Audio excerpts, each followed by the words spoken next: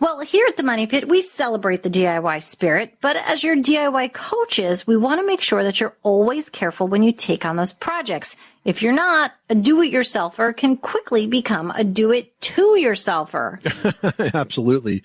Now, a new study by ClearAssurance points out how easy it is to get hurt. They analyzed data from the National Electronic Injury Surveillance System to identify the most common home improvement injuries, which body parts are injured most, and which tools are most dangerous. Well, first of all, let's look at total injuries. There were over 290,000 home improvement injuries requiring treatment at an emergency room and 25,000 home improvement injuries requiring hospital admission.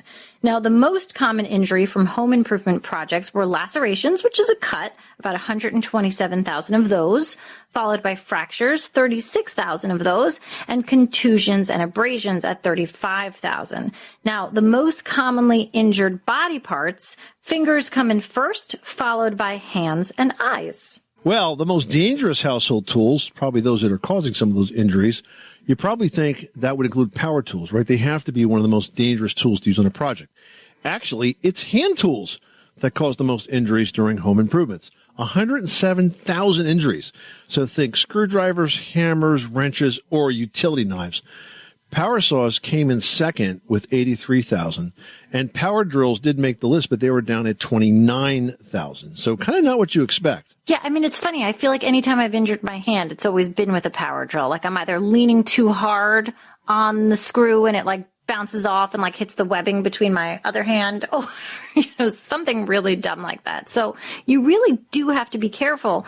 Now, home improvement injuries increase during the warm spring and summer months. Plus, it's a 3-day weekend, so all of you DIYers, be really, really careful out there. Home improvement before barbecuing and beer and hot dogs, guys. Just let's keep that a rule of thumb. I think if I totaled up sort of my own home improvement injuries, let's see, I definitely have more cuts, but not like stitchable cuts. Only once was that I had to have a stitchable cut. But I had a power saw injury, a regular circuit saw injury where I was cutting some plywood.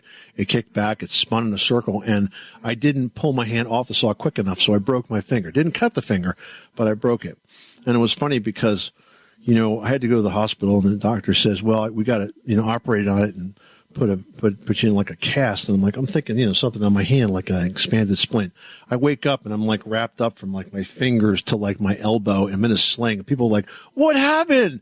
Oh, I broke my pinky. Oh my goodness. That is a lot of bandage for such a tiny little appendage. It was a lot of bandages for a little finger. Oh my goodness. I did a good job. I can still see the scar today, but it works perfect. No pain. And you've got a good story. That's right.